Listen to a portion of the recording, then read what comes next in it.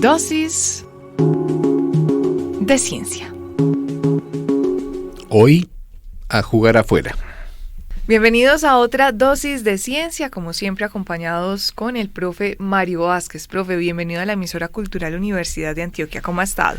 Muy bien, muchas gracias, Joana. Contento de estar aquí otra vez. Esa frase, el título de este programa, de esta dosis de hoy, pues me recuerda a la niñez y mi mamá en casa cuando esos 3 hijos armando desorden y decía, bueno, a jugar afuera, pero usted ya me dirá a qué está haciendo referencia. No a tu infancia, no esa situación. Tal vez sería una frase que a lo mejor piensan muchas azafatas en esos vuelos largos y que estarán tentadas de decirle eso a los pasajeros que son un poco problemáticos, ¿no? Pero quisieran que se fueran a jugar afuera. Pero usted no es así. Bueno, habría que preguntar a las azafatas. Me refiero que en un avión no consideramos eso de ir a jugar afuera en este momento.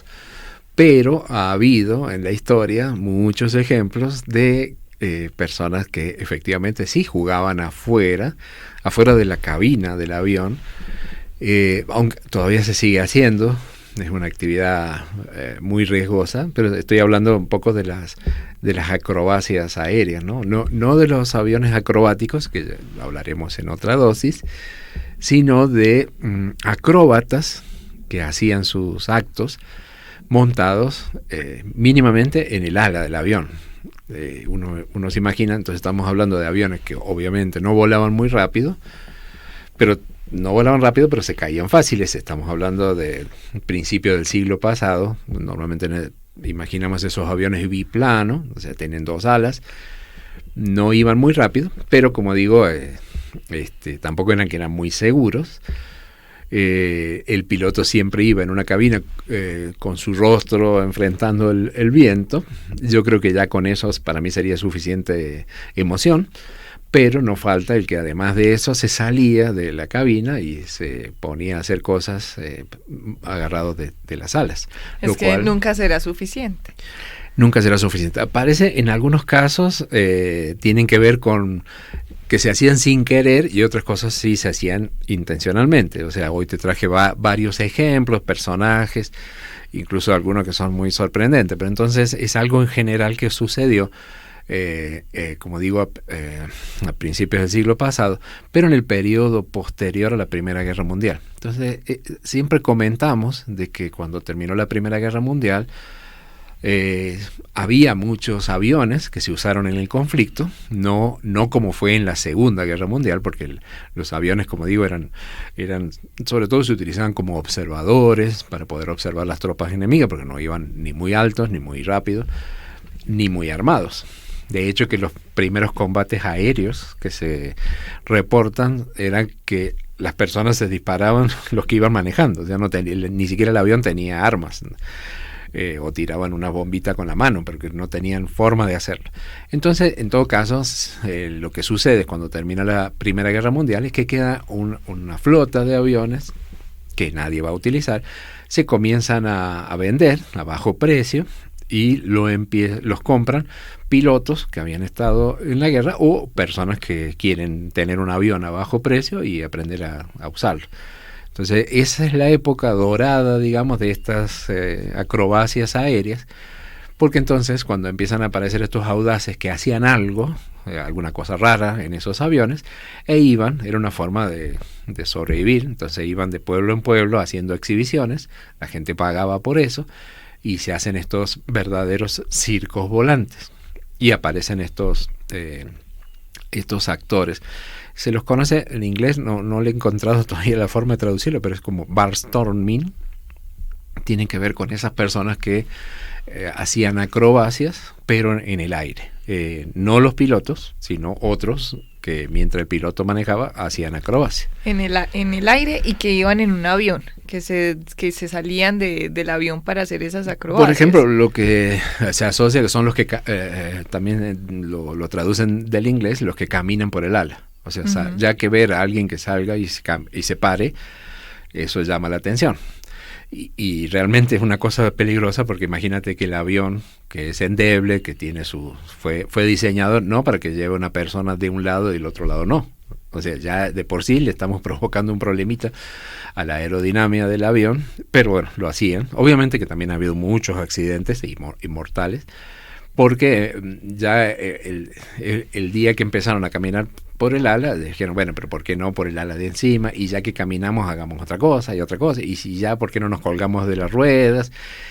Y de ahí en más, esto no tiene límites, ¿no? Porque era como mostrar como cuando uno va al circo y te muestran, a ver, qué cosa nueva no has visto hasta ahora y ahora lo vas a poder ver. El siguiente nivel de peligro. El siguiente nivel de peligro. Pero bueno, usted me baja del vuelo comercial porque cuando usted empezó a hablar de las azafatas, claro, de jugar afuera, yo dije, yo ya me había montado en un avión Bogotá-Cartagena, pero no. Nada de hacer acrobacias, mantenga el cinturón de seguridad aunque no esté la señal encendida y se quedan juiciosos, quietitos y no molesten. Pero en aquella época, por ejemplo, Ormel Locker, en 1917, es una de las personas que hacían estas actividades. ¿Pero por qué? Porque resulta que no, en la forma que iba en el avión, no podía ver bien las señas que le hacían desde la tierra. Entonces se le ocurrió, para poder ver mejor, asomarse, salirse y poder mirar. Y no les daba vértigo, evidentemente, salirse. Tampoco habría mucha diferencia entre estar sentado con el viento en la cara a estar un poquito parado al costado. Era igual de arriesgado, de estar casi en el aire, ¿no? Y como te digo, una vez que empiezan a hacer una de esas, ya esto no tiene límite. Entonces ya no era solo caminar por el ala, sino, bueno, pero ya que caminamos, ¿por qué no vamos con 2 aviones y este camine y se pase al otro avión? Ay, no. Y ya se hizo, obviamente. Recientemente, no sé si pudiste saber la noticia, eran 2 aviones, hicieron una acrobacia similar, 2 aviones que los dejaron volando solos. O sea, iba solo el piloto. Ahora, esto ocurrió este año. Los dejan volando solos, piloto automático, y ambos pilotos se salen del avión, se tiran y van planeando uno al avión del otro. Se intercambiaron y entran al avión del otro. Una cosa arriesgada, por cierto. O sea que, como ves, estamos hablando de 1917, hasta nuestros días se sigue haciendo. Eso de ir de un avión a otro le llamaban hacer transferencia. Y hubo, para mi permanente sorpresa, es que siempre digo que estas cosas tan audaces, tan arriesgadas, las asocio con que serían esos locos pilotos audaces, pero hay muchas mujeres que en esa época lo hacían. O sea, esa idea de que hay ciertas actividades que son para hombres, esas salvajes, pero que las mujeres son juiciositas, nunca lo van a hacer. No, mentira. Muchas lo hicieron. Gladys Roy hacía transferencias, o sea, se pasaba de un avión a otro avión. Y tú dirás, bueno, pero la pobre Gladys seguro que su vida fue muy cortita porque por arriesgarse tanto vivió hasta los 82 años. Pero no hasta los 82, me imagino. Que no andaba saltando de avión en avión, pero digamos sobrevivió a esas condiciones tan malas, ¿no? Ethel Dare le llamaban la bruja voladora, entonces porque también al poder hacer estas, también era una cuestión económica, era una forma de ganarse la vida, al poder hacer este tipo de acrobacias o de escenas tan arriesgadas, también van de la mano con el desarrollo del cine, porque entonces se empiezan a hacer películas en el aire, digamos, y se necesitan dobles, y ha habido mujeres que actuaban, digamos, como dobles y hacían estas escenas peligrosas. Imagínate, Lillian Boyer, otra mujer. Ella era una normal, sencilla camarera en Nebraska, y de ahí un día le invitan a ver un avión por primera vez, así como nosotros lo vemos, y dice, ay, qué lindo, me gustaría que me den una vueltita. Me gustaría caminar por el ala. No, claro, yo con que me den una vueltita ya sería feliz, pero ella en esa época además, le gustó y llegó a hacer 352 espectáculos. fue doble de cine en los años 20. Y ya cuando ya no eran no solo personas, sino que cuando se juntaban varios de estas personas audaces, organizaban un equipo. Y un equipo que se llamaba los 13 gatos negros volantes. O sea, aparte gatos negros, 13 y voladores. Se aseguraban la mala suerte por el lado de las 7 vidas del gato, a ver si de pronto. Que no tenían drama. Ellos se crean en 1925 y la consigna era que ellos hacían cualquier cosa por dinero. O sea, vos le pedías... que no son capaces de... Y bueno, mientras le pagaran, lo hacían. Y era un grupo de varios. E incluso, aunque no lo oficializaban o no quedaron oficiales, hubo mujeres que formaban parte de los 13 gatos negros. Y hacían cualquier cosa. Ahora, cuando tú dices cualquier cosa, ¿qué puede ser cualquier cosa? Por ejemplo, hay fotografías donde, porque ya no es solo, o sea, sí, ya sí caminan sobre el ala, o se cuelgan del tren de aterrizaje, pues lo usan como un trapecio, o se cuelgan de una mano, o, bueno, ¿qué más hacen? Entonces, juegan al tenis. Juegan al tenis. Uno parado en cada punta del ala, haciendo como que están jugando al tenis, pero cuando ya has visto eso, tú quieres más, entonces ya hacían escenas, yo sé que no se cree esto, pero hay fotografías, hacían escenas que tú dices, bueno, una típica escena del oeste americano, de los cowboys en una mesa, jugando cartas y que se pelean, todo eso lo hacían disfrazados de cowboys en una mesa arriba del ala mientras volaban, y hay fotografías, entonces recreaban situaciones de esas que veíamos mucho en las películas, pero montados, estamos hablando del año 1920, 1925, en esa época, entonces eran realmente todo un espectáculo.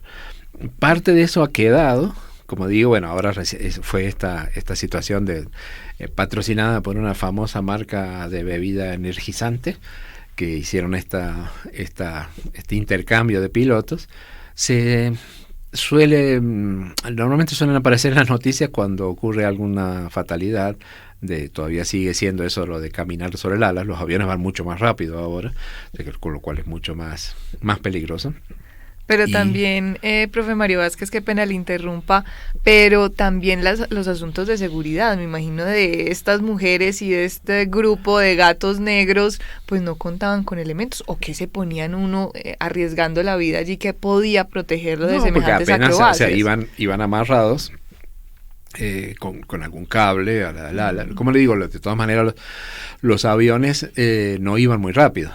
Pero, digamos, sospecho que ni tú ni yo seríamos capaces de actuar en esa situación, porque no hay que tener vértigo. Si uno sentado normalmente y con la cabeza al aire, yo creo que ya sería bastante arriesgado.